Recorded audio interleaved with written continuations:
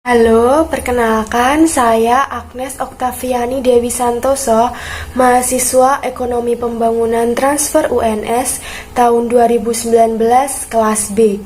Di sini saya akan sedikit menjelaskan mengenai struktur ketenagakerjaan di Indonesia.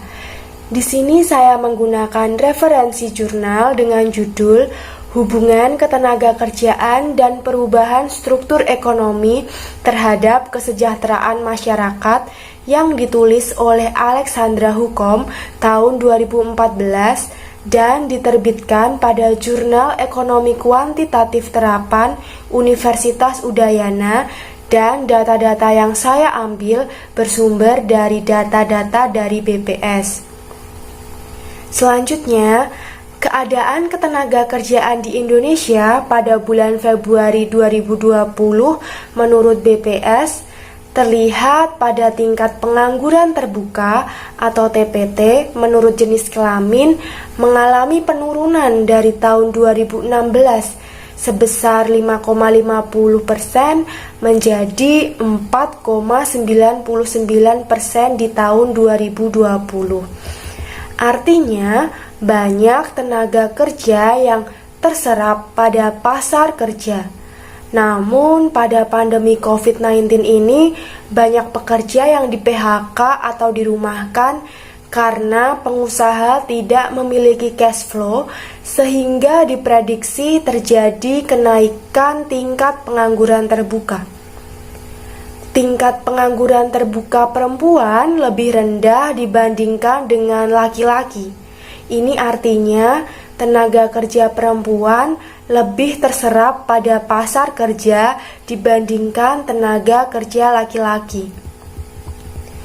Yang kedua terlihat pada tingkat pengangguran terbuka menurut pendidikan tertinggi yang ditamatkan.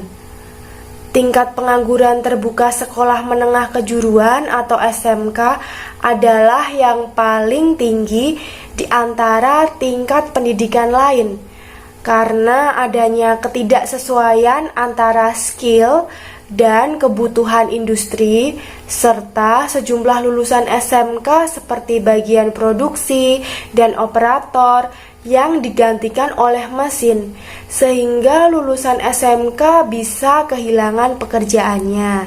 Selanjutnya, yang ketiga adalah penduduk bekerja menurut jam kerja. Sebagian besar penduduk bekerja di Indonesia adalah pekerja penuh dengan jam kerja minimal 35 jam per minggu.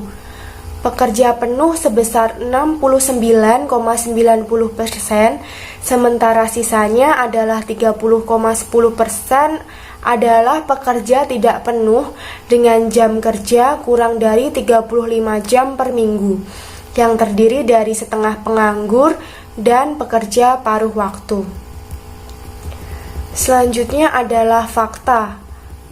Jumlah pekerja di sektor formal mengalami penurunan sejak tahun 2000 karena adanya penciptaan lapangan kerja di sektor formal yang relatif stagnan. Pekerja formal sendiri mencangkup status berusaha dengan dibantu buruh tetap dan buruh atau karyawan atau pegawai, dan pekerja informal mencangkup berusaha sendiri, berusaha dibantu buruh tidak tetap, pekerja bebas, dan pekerja keluarga atau yang tidak dibayar. Namun, berdasarkan data BPS pada Februari 2020, jumlah pekerja didominasi di sektor informal dengan 56,50%, dan sisanya 43,50% adalah di sektor formal. Selanjutnya adalah struktur ketenagakerjaan berdasarkan penggolongan.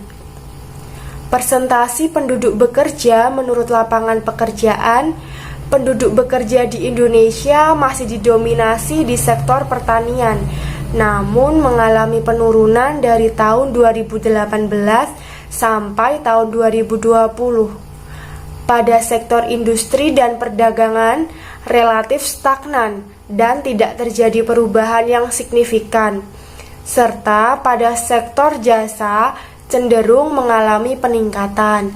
sehingga Indonesia dapat dikatakan telah mengalami transformasi struktur ekonomi.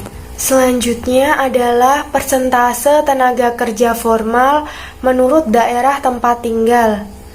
Terjadi gap antara tenaga kerja di pedesaan dan di perkotaan, dan menurut tabel, lebih besar persentase tenaga kerja di perkotaan karena terjadi perpindahan tenaga kerja dari sektor pertanian pedesaan menuju sektor industri perkotaan.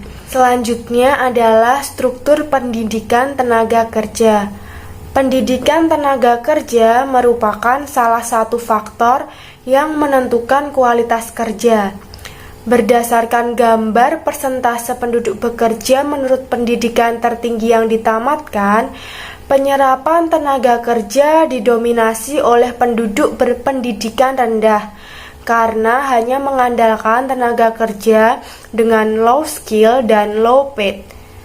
Dan persentase penduduk bekerja yang paling sedikit adalah tamatan diploma, universitas, dan SMK karena adanya ketidakcocokan antara skill dan kebutuhan industri.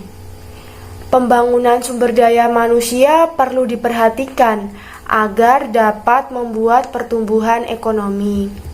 Selanjutnya adalah opini. Struktur ketenagakerjaan di Indonesia saat ini adalah rendahnya permintaan tenaga kerja, yaitu jumlah tenaga kerja yang diminta oleh perusahaan karena adanya pandemi COVID-19, dan tingginya pengangguran pada angkatan kerja yang disebabkan oleh spesifikasi pekerjaan yang tidak sesuai dengan pendidikan dan keahlian. Struktur ketenagakerjaan di Indonesia telah membuat adanya transformasi struktur ekonomi yang dulunya didominasi oleh sektor pertanian dan sekarang menjadi sektor industri. Ketenagakerjaan akan berpengaruh terhadap perubahan struktur ekonomi, sehingga akan meningkatkan kesejahteraan masyarakat. Apabila banyak tenaga kerja terserap dalam lapangan pekerjaan, maka akan mengurangi pengangguran dan meningkatkan kesejahteraan masyarakat. Kebijakan tentang ketenagakerjaan perlu dilaksanakan pemerintah untuk dapat mendukung penciptaan lapangan kerja. Pemerintah perlu memperhatikan keseimbangan tiap sektor lapangan kerja sehingga dapat mendukung pembukaan lapangan kerja yang merata. Sekian sedikit pemaparan tentang struktur ketenagakerjaan di Indonesia. Kurang lebihnya saya mohon maaf. Terima kasih, sampai jumpa lagi.